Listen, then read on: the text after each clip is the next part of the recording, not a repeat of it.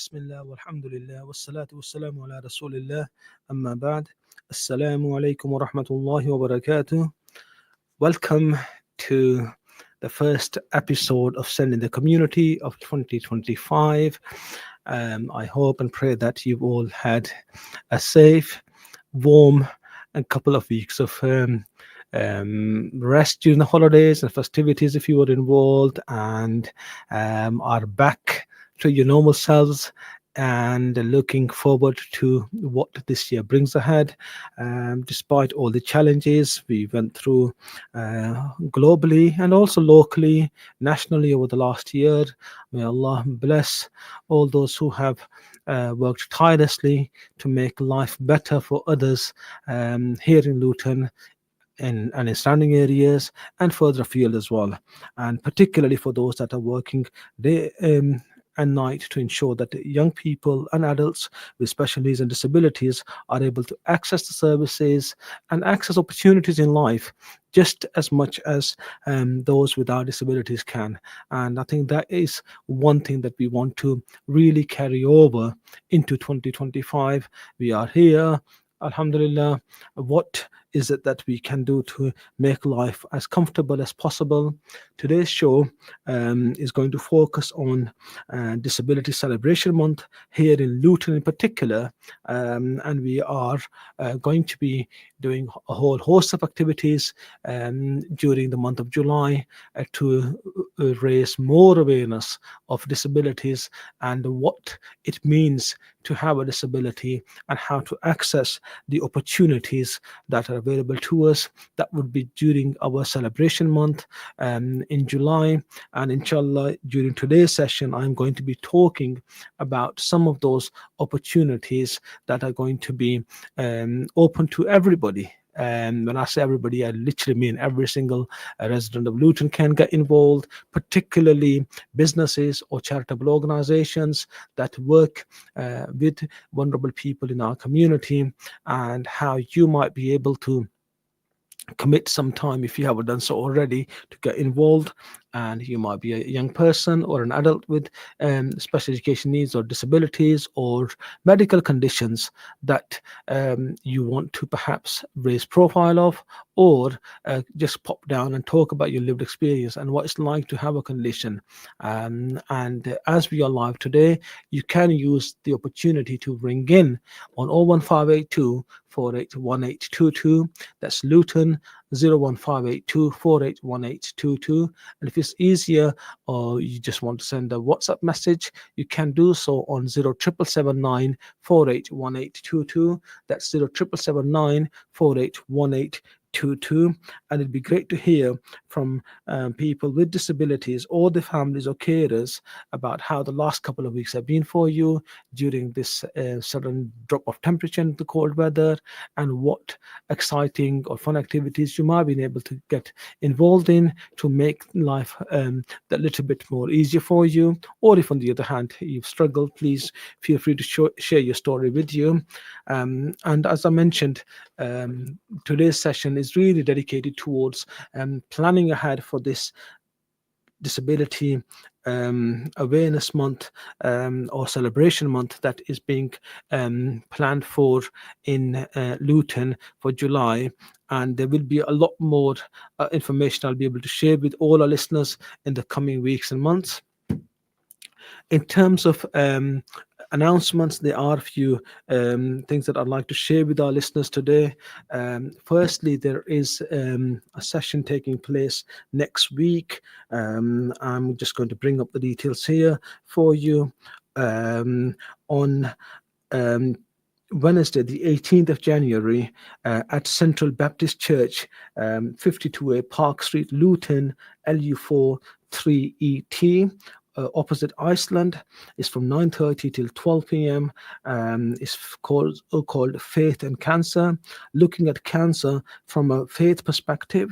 and that's taking place next Wednesday, the 18th of January, at Central Baptist Church, 52A Park Street, Luton, LU13ET.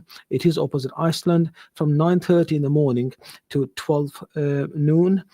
Key speakers will be Pastor Vincent Cox, who's from the New Testament of God. He's in Luton, is going to be talking about the faith element there for those of Christian heritage. And then Chidi Omino, over 50s Black Men Forum, and Reverend Dr. Trevor Adams, pastoral mentor and learning coach. And the brief overview of the program, they're going to be discussing what do we know about cancer, how has your faith supported your cancer journey, and bear in mind that this is for people of all faiths and none to be able to attend. And then talking about cancer, health and well-being, what is the way forward, what will our health legacy look like, and then there will be an opportunity for questions and answers at the end, and there will be refreshments provided, and there will be opportunities to network with others. So that's one thing to bear in mind. Next Wednesday, the 18th of January, from 9:30 till 12 noon. If you are somebody who has either been diagnosed with or are concerned for a family member or just worried about cancer, and you want to be able to use your faith to support this, please feel free to pop down to the Central Baptist Church, 52A Park Street, Luton, LU13ET. It is opposite Iceland, from 9:30 till 12. That's Wednesday, the 18th of January. Inshallah, if I can, I'll pop down myself as well, just to observe really, and see if there is any help or support that I might be able to offer from myself with my own faith as a Muslim. But certainly there are going to be other people who have already been invited to speak at the event. It's very important that we're able to make that connection between our faith and also and illnesses, and see what strengths we carry from there. Secondly, there's going to be an opportunity for you as the local residents of Luton to ask the experts. There is a Luton Parents and Carers Send Information event being held on Tuesday, the 21st of January 2025, from 10 a.m. till 2 p.m. at St. Mary's Church, Luton. And there are going to be opportunities for you to network with and share what Luton has to offer in terms of families and education services. EPIC, Luton Parent Carers Forum, SENDIAS, and other local NHS services are all coming together under one roof to support families with children who have or may have special education needs or disabilities. So you can come and join them to meet with the teams working alongside children and young people we send in Luton, and you can find out about available support from your local services, seek guidance, connect with others, and share your feedback with the local authority and the local services, as your valued experts will be there, and they'll be able to support and guide you. That's taking place on Tuesday, the 21st of January, from 10 a.m. till 2 p.m. at St. Mary's Church, Luton, LU1 3JF. And there are a whole host of other community groups that meet regularly. Alzheimer's Society, I think it's the every second Tuesday of the month. They meet locally. If you are wanting to know more about a particular condition or a disability, one of the best ways of doing this is by going to the local offer page on Luton Borough Council, and we did a session on that a few weeks ago, and that website just continues to improve on a daily basis. And under the local offer, all the local special services as well as community groups are there who are currently active, and their contact details can be obtained quite easily. And if you have any specific queries or questions, please feel free to drop an email to the local offer coordinator. She's absolutely amazing. She's called Sarah Maffrey. That's Sarah, SARAH.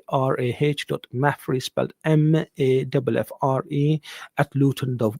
gov.uk, and Sarah would be able to either answer your queries immediately or put you in contact with the right person who might be able to support you. And then in 4 weeks' time, on Wednesday, in fact, 4 weeks. I'll double check my date if I can get the calendar in front of me. Um, it is There's another disability network meeting, and I'm just double checking the date of that. It is on Wednesday the 12th of February. It's online for anybody who wants to be networking with other people, and the disability network meets on average about once a month to try and hear from different individuals, as well as organizations working with special education needs and disabilities. And if you are interested in attending that meeting, it will be from 10:30 till 12:30. You can join online by dropping an email to andrew.morrell, that's MURRELL, at luton.gov.uk. That's Andrew, ANDREW, Morrell, MURRELL, at luton.gov.uk, to take part in the Disability Network next meeting on Wednesday the 12th of February from 10:30 till 12:30. In terms of where we are at the moment, we are live today, and really wanting to dedicate this session towards the Disability Celebration Month, which takes place in July in Luton. And if you want to have a say, or if you want to be committing to doing anything either at your place of work, or wanting to hold a stall to raise profile of a particular condition, please feel free to either ring in to the studios on 01582 481822. That's Luton, 01582 481822, or send us a WhatsApp message on 07779 481822. That's 07779 481822. And if you want to just perhaps share your own thoughts on how you are accessing the services at the moment, please feel free to do so. And if I just go back to the disability network meetings, I've been attending them since the beginning of this academic year, so since around September time. And I will share some notes from the most recent meeting to give you an idea of the sort of things that are covered, and how people are encouraged to take part. We had one this morning, and those notes will be shared later on. But going by the most recent one we had before that in December, the network structure, as I mentioned in one of my previous shows, around the network itself was discussed, and then also the Disability Awareness Month, as I mentioned already, and other key dates to consider for the rest of this year: Learning Disability Week, beginning the 16th of June until the 22nd of June, and there's more information on mencap.org.uk regarding that. And then our part of UK Disability Celebration Month will be in July this year, and then UK Disability History Month is in November 2025. More information can be obtained from www.ukdhm.org. And then the International Day of Persons with Disabilities, that's going to be celebrated on December the 3rd. And more information can be obtained on www.un.org. And then if you follow the links to observance days and Day of Persons with Disabilities, will give you further information for that. So lots to look forward to, inshallah, in 2025, in terms of raising profile of special education needs and disabilities. Our radio show here on Inspire 105.1 FM, inshallah, will continue on weekly basis during term time. At the moment, I am undecided about Ramadan and how we could accommodate this show at this particular time. I appreciate Tarawih might be quite close to this, and I know usually we try to cover Tarawih prayer from one of the local masajid, and we try to go around the town to do that. And this year, I will need to think through how we go about sending the community retaining a place during Ramadan as well. And I hopefully will be able to share some more information about that with you next week, inshallah. In terms of other things happening locally, some of you will be familiar with the sunflower lanyards. There is a discussion around council staff members proposing to introduce the sunflower lanyards, and they wanted to do this with the Disability Network's input. That's the group I mentioned earlier that meets every month, and the next meeting being on February the 12th on a Wednesday morning. If you are wanting to share any thoughts on that, please feel free to attend that by sending an email to andrew.morell, MURRELL, at luton.gov.uk. And then they are also, in terms of sunflower lanyards, looking for ideas to promote the campaign, and they will consider your thoughts on that, and updates will be shared with the network during our meetings each time we meet. And we did mention last session as well some information about Luton train station and access for the disabled using a wheelchair or wanting to use a lift, and that council and Network Rail had been contacted by BBC Look East, and they were asking for views of people to share their stories about how easy or difficult it is to access the train services from Luton. And some people have already been in touch with them, so thank you so much to those of you that have done that already. And there are developments already taking place to address this issue at Lee Grave Station. And in terms of the current situation in Luton and surrounding areas, I mentioned one plan is for Luton to work towards this Disability Celebration Month scheduled for July this year.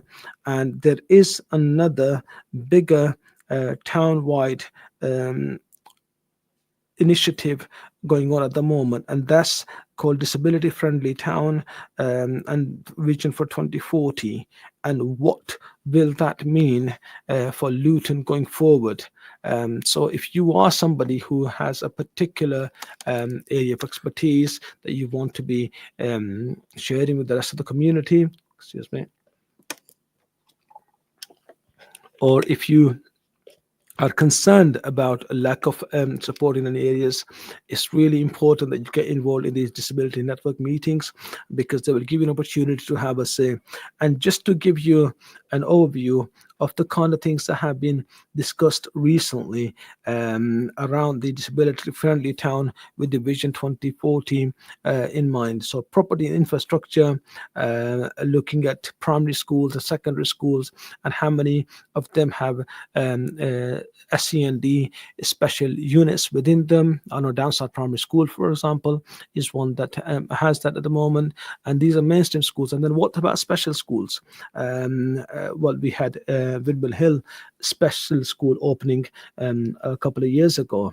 And you might have views on how that is working at for local young people. You might be a parent, carer, or a governor at the school, and if you have any thoughts around that and how it's working out for you, I think it's really important that you have your say, pardon me, on the positivities as well as things that you feel the local authority could improve on perhaps. And the other local special schools that have had expansions this year, one Richmond Hill East School, for example, additional SEN places were made there since 2022. How is that going? Is that actually helping those young people, the families, the community?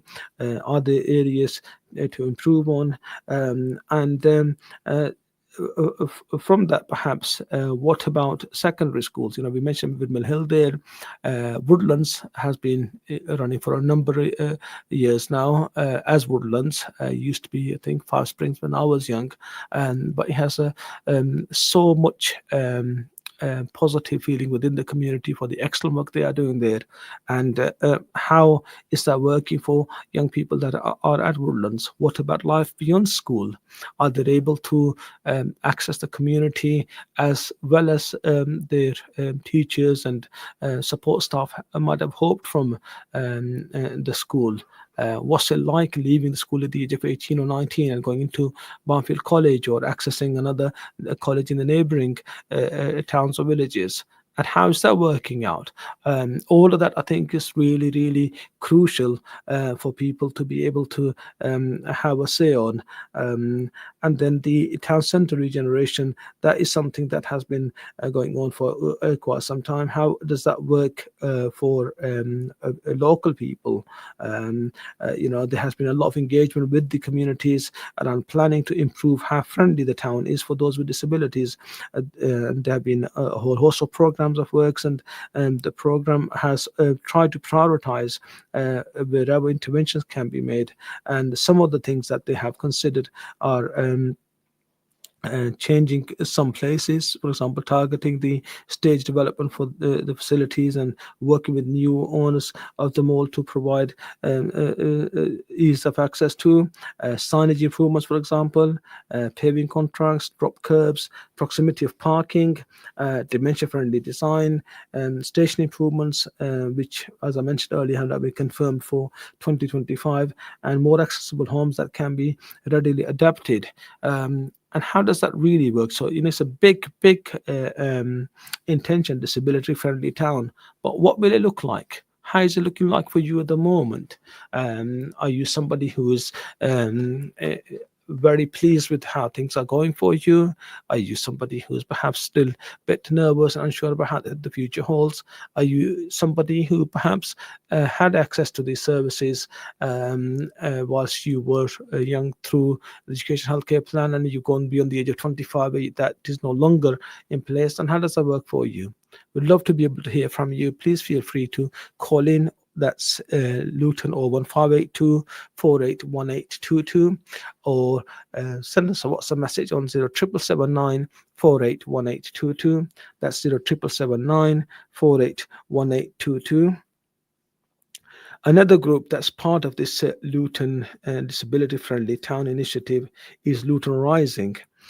You might have heard about them, seen the signs as you come off the junction 11 of the M1. I definitely remember seeing them regularly, but perhaps there might be another key roads into Luton. Luton Rising.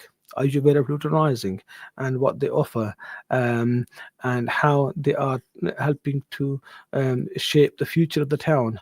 And for them, they've done a fair bit of work. Various disability-related organizations within and the town were invited to the early stages to comment on the design, which resulted in some changes to the Luton Dart vehicles. And as they're setting up the operations for the DART, they are wanting to ensure that this will be suitable for members of the public with disabilities. Morton House, the Morton House project is an office redevelopment which is located on Kimpton Road, and they are about to engage with new architects in order to redesign the space, and will be ensuring the design takes into account access requirements and other requirements related to people with disabilities and work experience. They've had worked with young people with special education needs and disabilities from a school within Luton to give them some experience in the workplace. And what about work experience generally for young people with special needs and disabilities? How easy or difficult is that at the moment?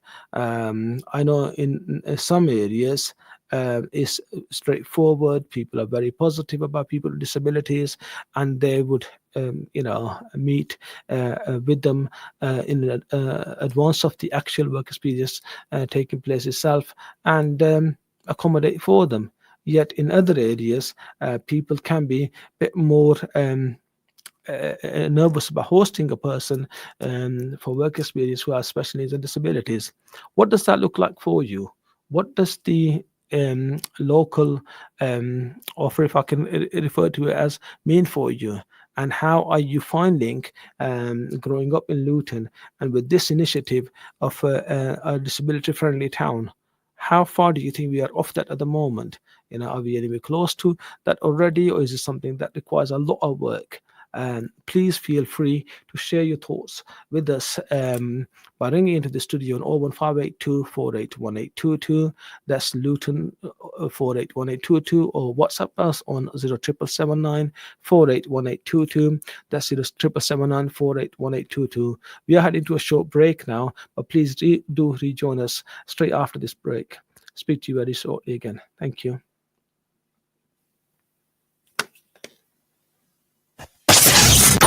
This program will continue after the break. Continue listening to Inspire FM. Inspire FM. Inspire 105.1 FM.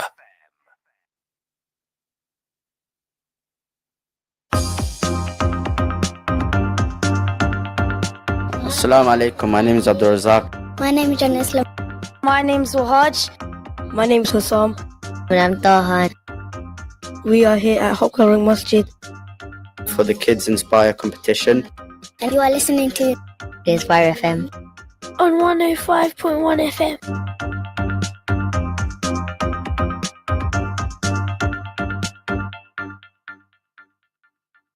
How many times have you needed urgent medical supplies but don't know where to go? At Harris Pharmacy, we take pride in delivering a high-level healthcare to our community. This is why we have services such as private one-to-one consultation, free prescription ordering from GP and delivery to your home, mobility aids such as providing wheelchairs and many other items for everyday use. Call us today on free phone 0800 458 2850 to discuss your medical needs. We are open from 9 a.m. till 7 p.m. Monday to Friday and 9 a.m. till 4 p.m. on Saturdays. Harris Pharmacy, 165 A/B, Dunstable Road, Luton.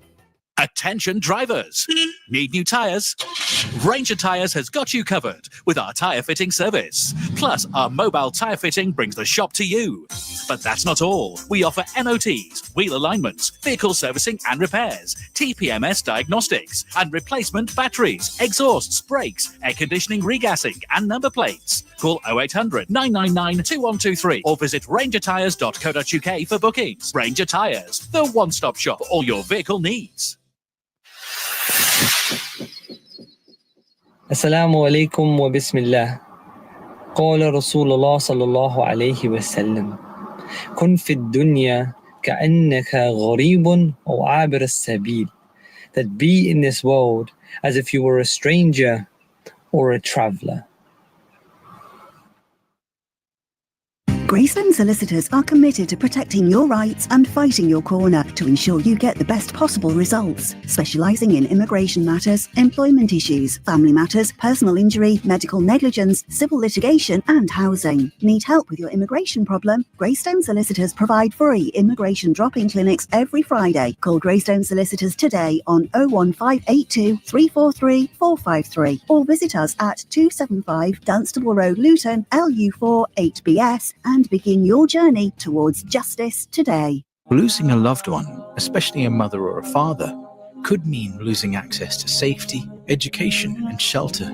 We here at Crisis Aid believe that children in the world deserve a better chance at life. Your small donation can influence a big change. Donate today. www.crisisaid.org.uk/orphan fund or call our donations line 0333 305 5000.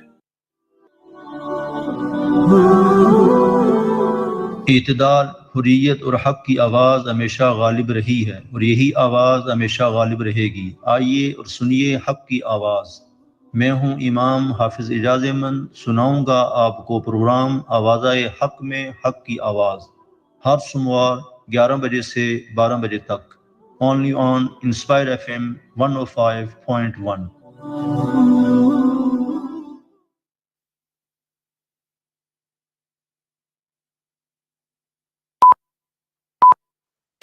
From the studios of Inspire FM, The time is now 7:30.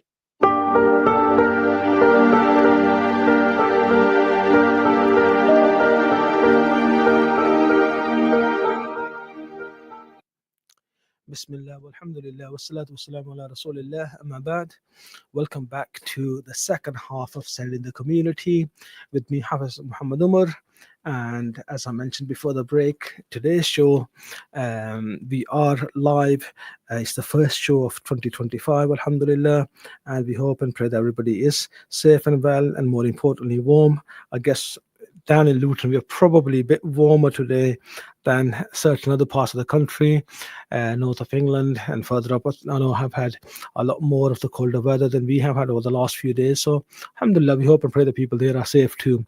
In terms of the show itself, if you are with us before the break, you will know that today we are talking about the Luton Disability Celebration Month in particular, and forward planning for that and what you as a community can do to get involved. Disability or not disability, I think everybody has the right and opportunity to be involved. And if you think about it, most, if not all of us, will be connected to either somebody or someone within our families, friendship groups, or wider community within our local neighborhoods who has a special need or a disability or a medical condition.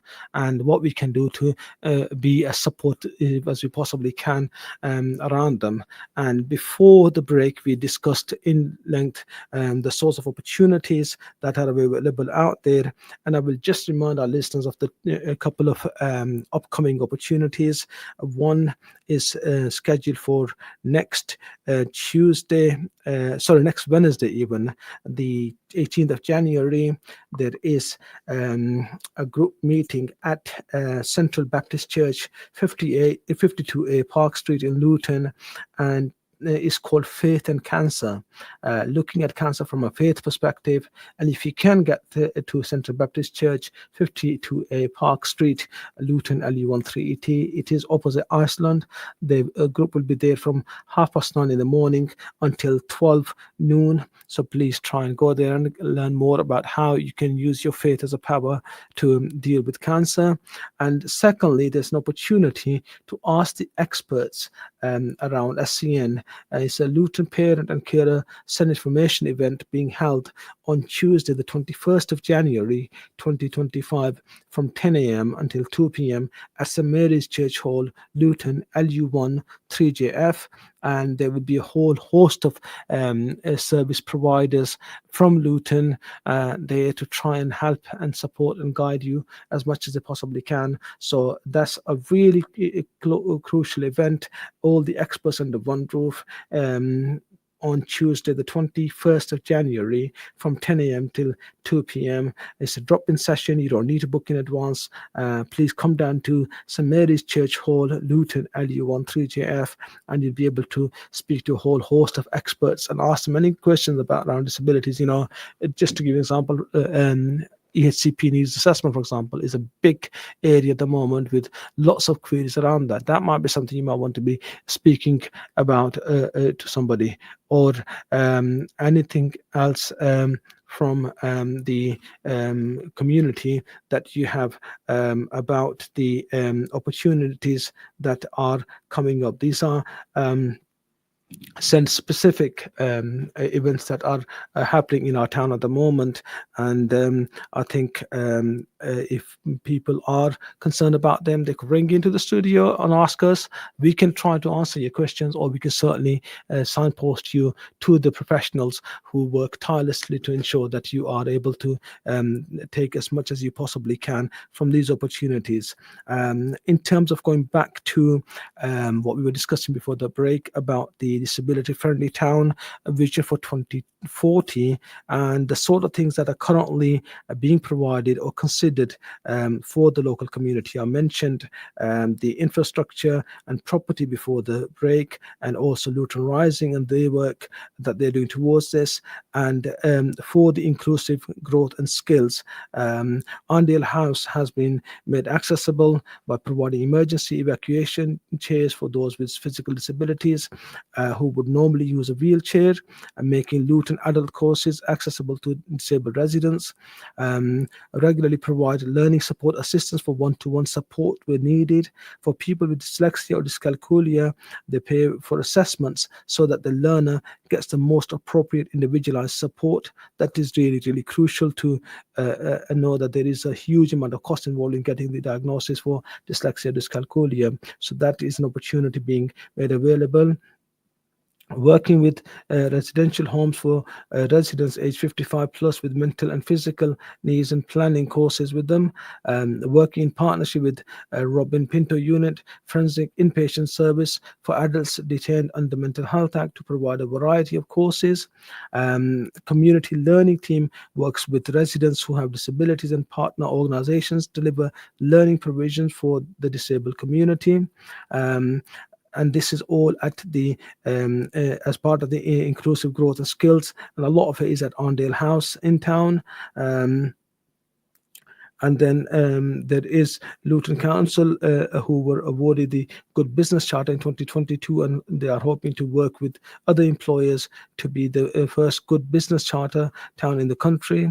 And the strategic change when working on service impact projects, there is an expectation the owner of that service to complete an IIA, or at the very least provide with the parameters of service design that specify the relevant services, function, and policies covered by the Equalities Act 2010, Section 4 in particular, which covers disability. So our focus is on ensuring that we understand what is happening within the town when it comes to actual access for disability, and town centre place activation. All future plans will take into consideration what they can do to provide the town more accessible to people with disabilities.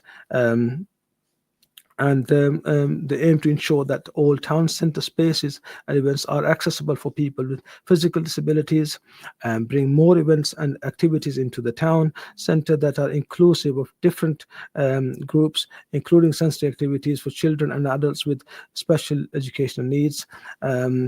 Looking into the possibility of having quiet times and activities in the Hat Gardens once open that fit with the with this, so similar to the quiet shopping hour in the mall. So they're the kind of opportunities available out there already. And in terms of education, school improvement is always something that is taken very seriously in the town, and there are some really amazing elements of work going on already, but the aim is for all children to attend a good or outstanding school. We know how tirelessly schools work, and the grading system has changed in the last month or two. But equally, I think when we take into consideration that one word grading versus the amount of effort, energy that goes into education, making our schools more accessible, we want to make sure that we are continuously working in partnership with the staff and the governors of schools to ensure children are getting the most out of the education, and playing our part as parents and carers to ensure our children are able to do what's expected of them out of school hours, whether it's through homework or through helping them to understand the significance of seeking education. We know Nabi Sallallahu Alaihi Wasallam encourages all to seek ilm. طلب العلم فريضة على كل Muslim. Seeking knowledge is compulsory on every Muslim.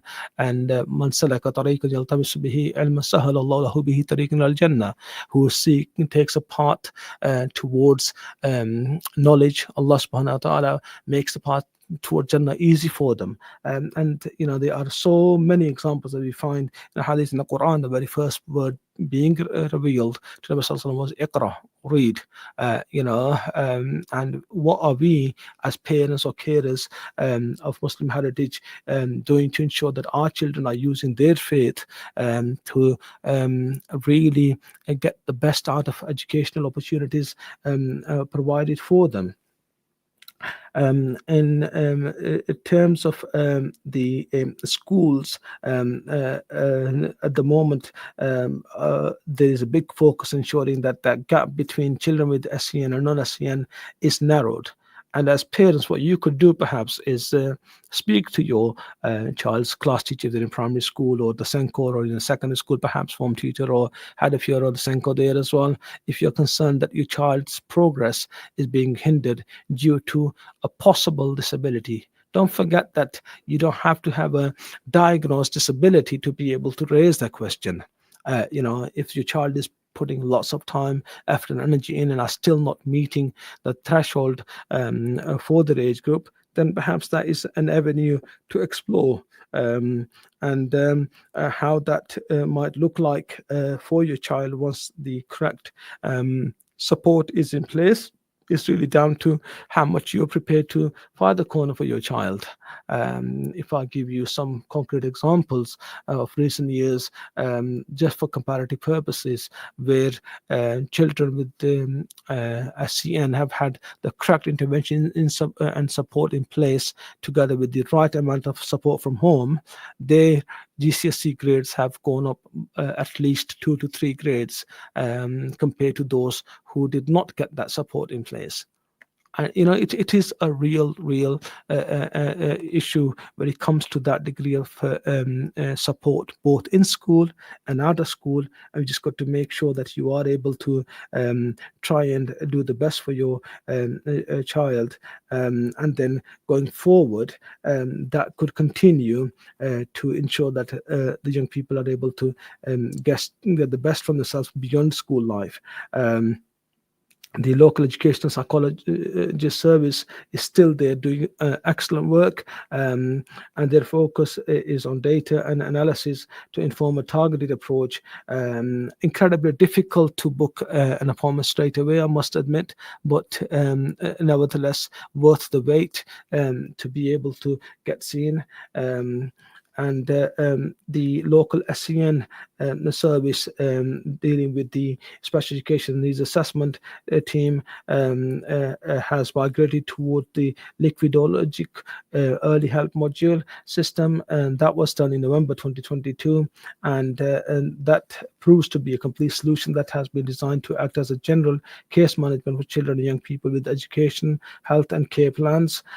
These are legally binding documents. That's why it's so important to ensure that you raise the early question around your child's needs. If your child is lacking progress, usually the early warning signs might be picked up in primary schools. Not always. Sometimes children are so good at masking their condition that, take autism for example, and girls with autism certainly, for example, they're very good at masking that. And by the time they get to secondary school, if they are really struggling, it is okay to have a diagnosis of SCN. There is absolutely nothing wrong with that, and it is okay to have a meeting with the subject teacher or a class teacher to say, you're telling us my child is not making progress. What do you think might be the underpinning reason? And if they're saying your child is lacking focus, they're not paying attention, they're often fidgeting, could that be a sign of ADHD? I don't know. You won't know unless you get them tested, and you can ask for a referral either through the school Senko or through your GP. If on the other hand they are not paying attention because of the behavioral choices they're making, then perhaps they might need some kind of intervention to help them to understand how to move forward with their level of attention in a classroom. There is a lot available in schools already, but there are certain things that are beyond a school's delegated budget, and that's where the education healthcare plan comes in. If the school has done, for example, 2 full terms worth of what we call the actual reviews, which have involved a lot of planning, assessment, doing, and then reviewing. And then they find that actually, despite all of this, the child is still not making enough progress. Then they might be in a position to refer the child for an education health care plan needs assessment. The schools can do that, the parents can do that on their accord if they wish to, but bear in mind that there will always be evidence required for that. So you would need to work with the school your child attends, and also perhaps have a lot of medical input there as well to back the evidence that you are presenting for this. And just because you have a needs assessment does not mean that your child will be guaranteed an education healthcare plan. There is a bigger meeting held around that, and all the evidence is taken into consideration. And from there, they are then able to come back and say, you know what, we are satisfied that your child needs are above and beyond their peers, and we are going to be offering them this many hours of additional support. Or they must actually, we're not satisfied that there is enough from the school delegated budget being spent on your child's current needs, and the school needs to do XYZ to ensure that they are able to cater for the needs internally, and then perhaps come back to us if you feel that despite having that amount of added support in school, you are still struggling, and we'll see what we can do from there.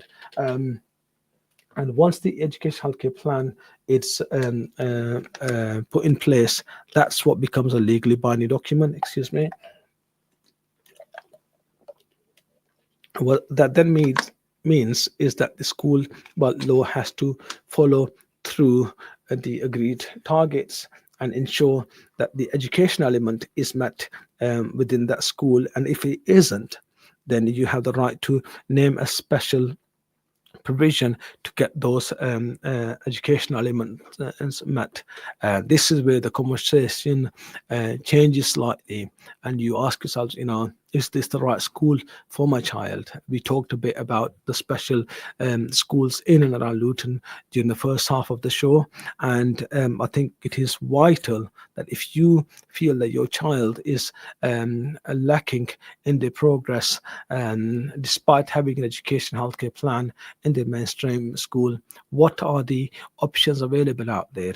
It is vital for you to maybe look at those other provisions, perhaps do a visit there during school hours to see what it's like being in one of those schools, and then ask yourself, is that the right environment for my child? Is my child likely to exceed here? We talked about how some of those special schools have already expanded in our town over the last few years, and then ask yourselves, what would it be like for a child? And then if you feel it's the right school for your child, take your child there for a visit before you name the child, name the school as the education provider for them, because your child's views matter immensely. That young person has a right to tell us how they feel about any changes that affect them. And education healthcare plans often start with the young person. Who are they? What is life like for them? Who are the key people involved in their lives? What are their interests, hobbies, etc.? And what is it that they want to be achieving each academic year? And then, parents' views also matter. But the child is at the center of everything we do, whether it's a school, a home, and we've got to make sure that they are involved in the conversation right the way through. And then once you had the conversation, I guess the next step is, if you are satisfied, does the school has physical capacity to accommodate the young person? And that's another conversation that has to really be factored in. There are amazing a number of people, both in mainstream and special schools, who spend lots of hours doing incredible amount of work to create opportunities for young people with special education needs and disabilities to access the curriculum the best they possibly can. But in some situations, that mainstream education is just not enough for that person with severe learning difficulties, for example, and they've got to be in a specialist unit. And what that looks like for your child really depends on the child's needs and what the professions involved think about them. And so Once that has been approved, in some schools that is a core requirement, is a prerequisite before they would even consider an application, that the young person has to have an education healthcare plan. And on that, even it really depends on the primary needs. What is the main need that triggered this EHCP in the first place? And then those schools will try to accommodate those. And then these are reviewed annually, once a year, to make sure that those conversations are had between parents, carers, professionals, outside agencies, to ensure everybody is on board to try and meet the needs of that a young person. And from year 9 onwards, we did touch on this in one of the previous shows as well, is when the preparation for adulthood really starts, on how we go about ensuring that the young person with special education needs and disabilities is able to go and access the facilities available to them, either in Key Stage 4 or in Key Stage 5 or post 16 as is referred to, or even when they go into colleges. So locally, yes, we have, as I mentioned earlier, some amazing special schools: Woodlands, Ladysia Werner, Richmond East, Richmond Hill East and West, Windmill Hill, and the Barnfield College also caters for special needs and disabilities. And within the neighbouring towns and villages, we've got the Chiltern School in Dunstable, which is from I believe the ages of 5 all the way to 19. And then the Central Bedfordshire College has an excellent unit, Rutherford Academy in Dunstable. And further afield, you've got Auckland's College, Shuttleworth College, etc. And it's really important for us to know that what is available both locally within town and within our wider county as well, so that we can try and get the best provision for our children and to be able to stand an excellent chance of succeeding in life. And then in terms of the offer from the local authority, we did have the Disability Resource Centre here on the show a few weeks ago. They do an excellent job, and they cater for all ages. They have a small office over in Dunstable now, but they are very well connected throughout the whole county. You can contact them to get further information. I mentioned earlier in the show as well about the local offer. Just go into any search engine, type in local offer Luton, and that'll take you to the page, and that is dedicated towards ensuring that all local services are as much included as possible. And so, out of education, health, your GP is your first point of call, making sure that there are regular contacts with them, and you are able to get advice and referrals from them as and when necessary.